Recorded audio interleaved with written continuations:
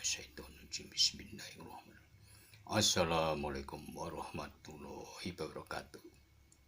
Kelana Yuta Channel mempersembahkan cerita silat serial Gatra Bumi bab kedua episode yang ke-22. Selamat mendengarkan. Pada saat itu, Putut Yutoklana sedang mengeluarkan kemampuannya berupa ilmu tapak abangnya, yaitu pukulan jarak jauh.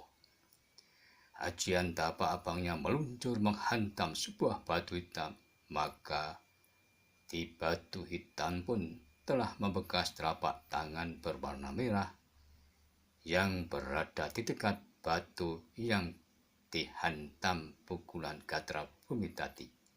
Tetapi seperti batu yang dihantam oleh Gatra Bumi, pukulan jarak jauh Putut Yutoklana pun sama. Batu yang ada bekas telapak abangnya juga tetap utuh.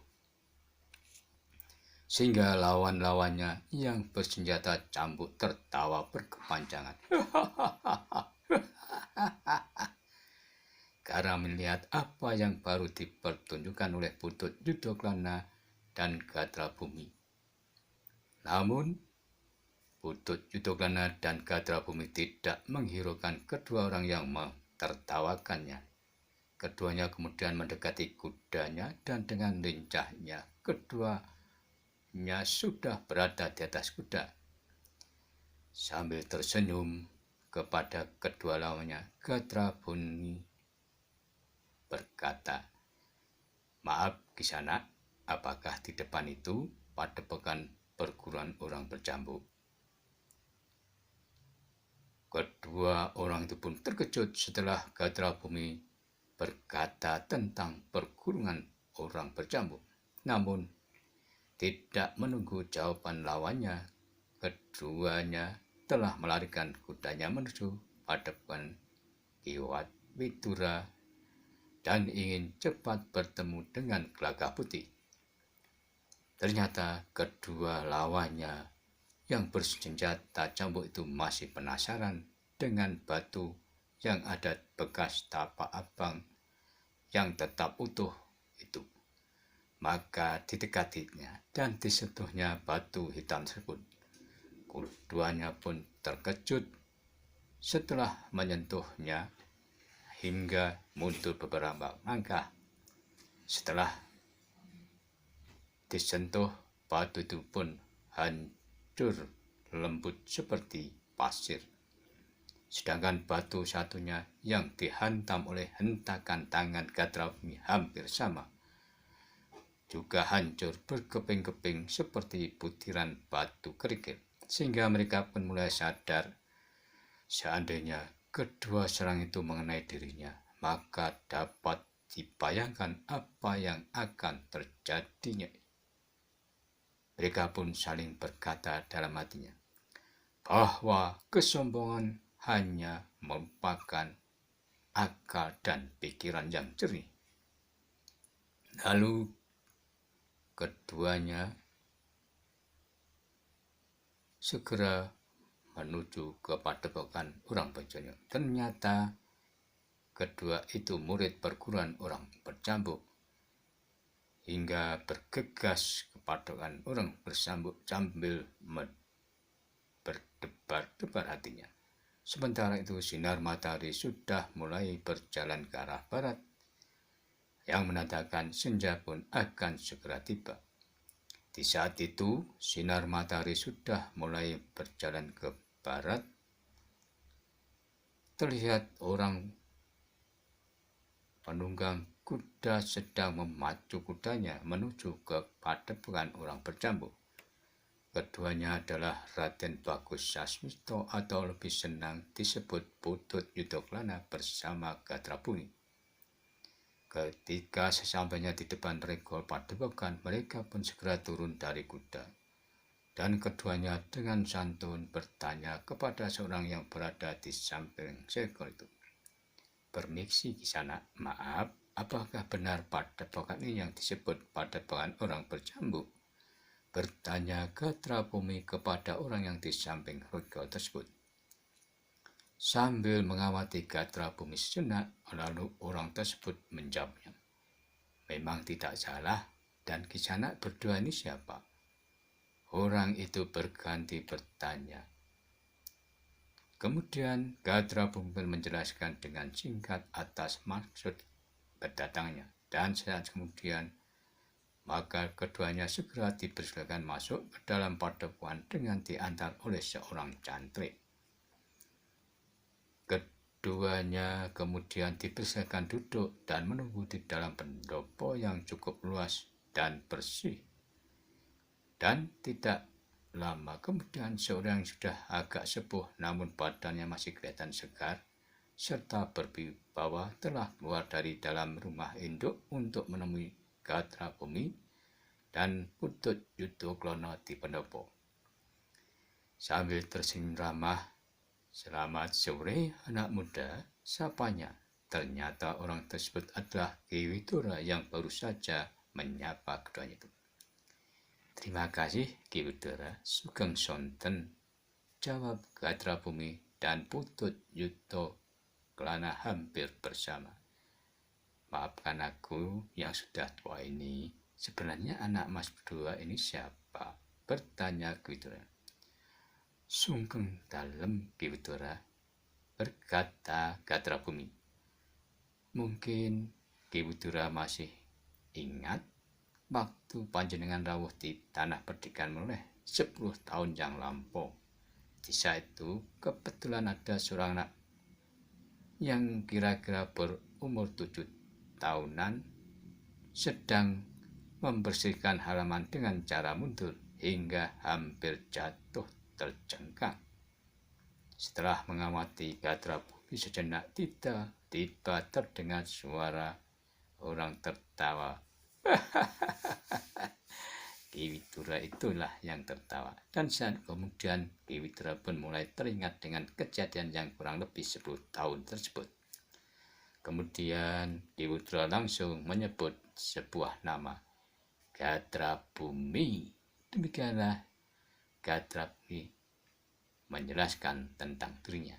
Namun di saat Ki Widura akan bertanya kepada Putut Yudhokrono, Putut Yudhokrono sudah lebih dahulu memperkenalkan dirinya dengan nada sopan.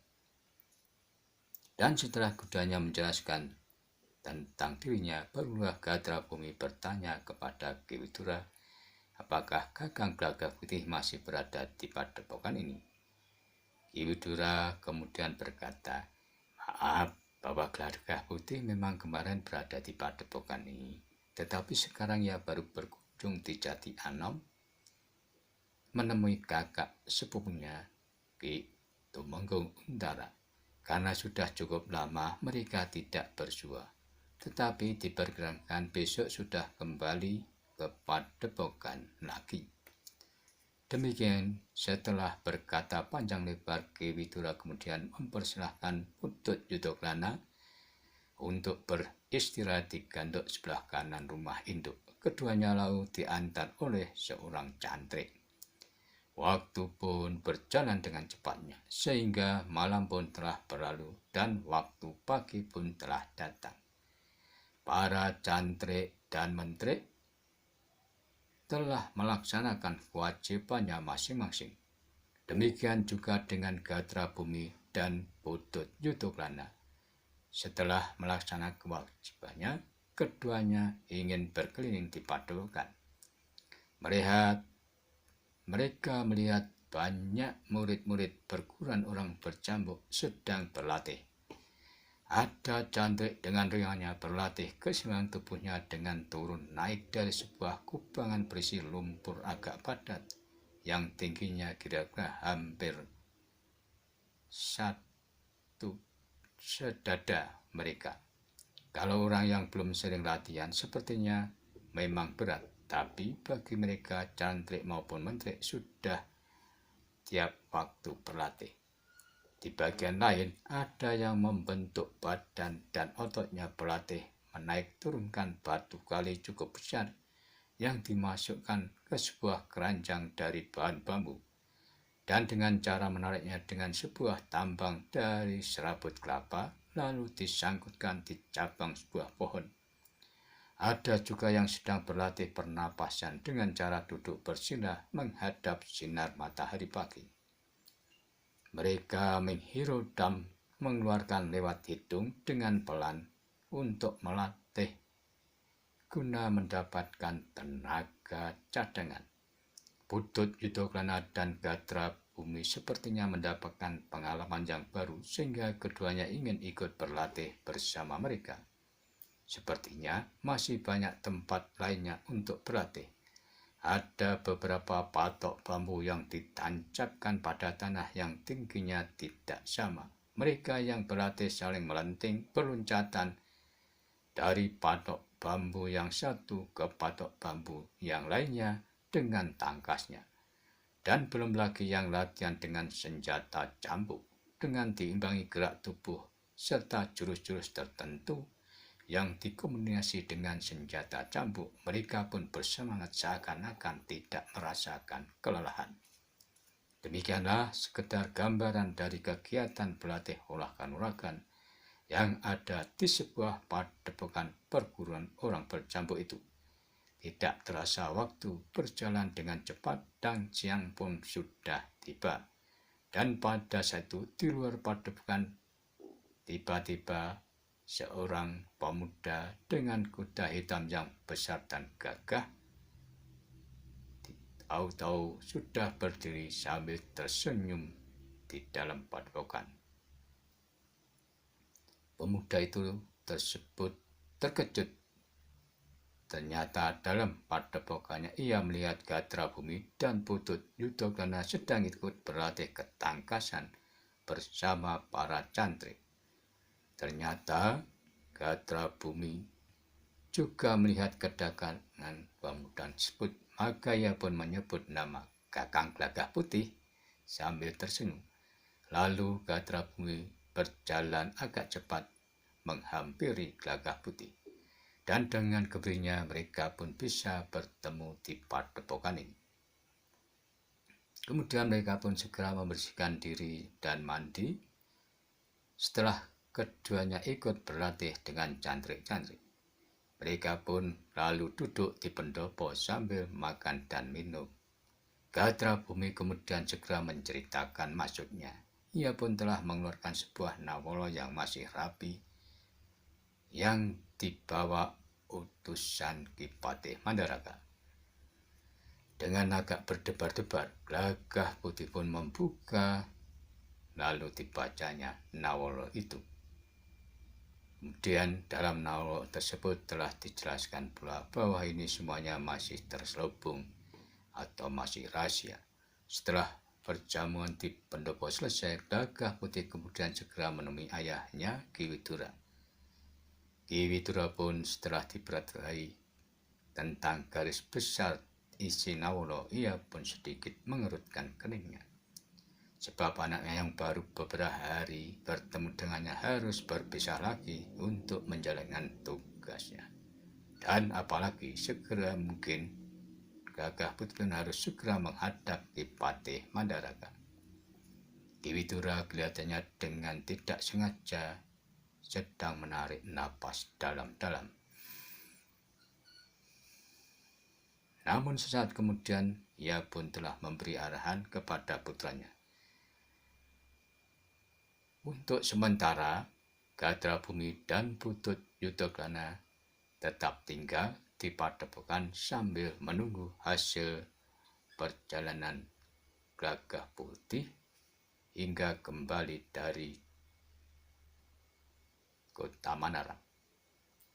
Dan di keesokan hari ketika pagi dengan suasana yang cerah dan udara yang sejuk serta sinar matahari yang terlihat berwarna-warni sehingga terlihat bagaikan pelangi yang begitu indahnya yang dipantulkan oleh embun dari dedaunan. Saat itu Gelagah Putih telah menaiki kuda hitam besar dan gagah telah keluar dari regol padepokan ayahnya. Ia pun tersenyum setelah melihat betapa menakjubkannya ciptaan yang maha kuasa.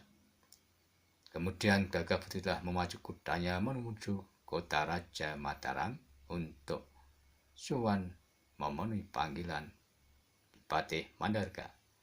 Ketika waktu memasuki siang, Gagah Putih telah melihat di depannya terbentang sebuah hutan yang cukup besar.